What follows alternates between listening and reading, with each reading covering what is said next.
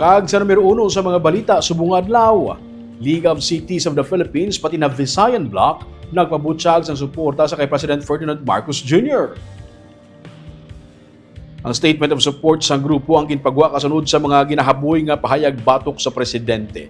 Sa statement sang LCP, ilagin sila nga sila nagasuporta sa liderato ni Marcos bilang elected president ng Pilipinas. Sila ang nagasuporta sa commitment sini sa pag-empower sa mga LGU angot sa pagduso sa public infrastructure, education kag health services, samtang ginapasiguro ang transparency and accountability sa public governance. Ginsiling naman ni Bacolod Congressman Albi Benitez nga mayorya o kon 45 ka mga katapos ang Visayan Bloc ang naglagda sa pahayag sa suporta. Samtang ipatag naman ni Benitez nga ang pamuno sa Visayan Bloc si PBBM lamang ang presidente sa maragtas sang pungsod nga nagpausisa sang iya nga mga kaupod sa administrasyon kag kaalyado.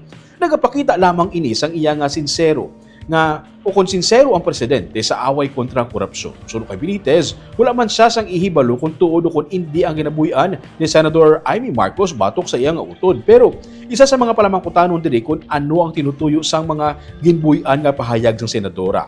Sa anti-corruption rally sang Iglesia ni Cristo, ginaligar ni Amy nga ang presidente nga kag si First Lady Liza Marcos ay nagagamit sang illegal na droga. That's the reason why when we got the majority, ipagwa na ang statement. But take note, the reason why, and this is what we've been discussing with Congress and the Visayan Bloc, the reason why we're supporting this administration, because it's the only president in the history of the Philippines that's investigating its own administration. Wala pa na natabo. Diri pa lang natabo sa Marcos administration nga ang iyang administration, ang iyang mga aliado, ang iyang mga amigo, mga allies, ina-imbestigahan. No?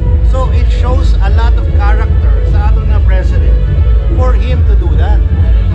Wala pa may natabo na in the history. Kay kalabanan niya sa mga gapungko, ang ilaya nga gina-imbestigahan ang previous administration.